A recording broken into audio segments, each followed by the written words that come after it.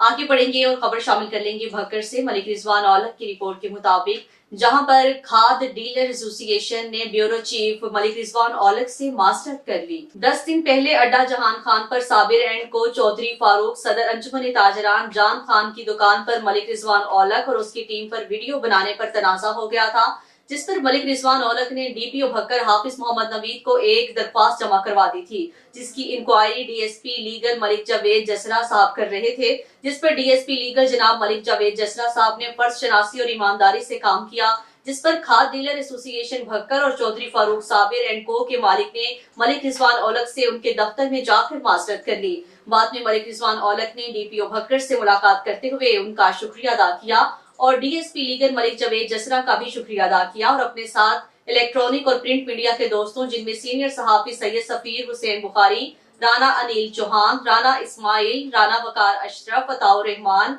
Aslam Bloch का भी शुक्रिया अदा किया।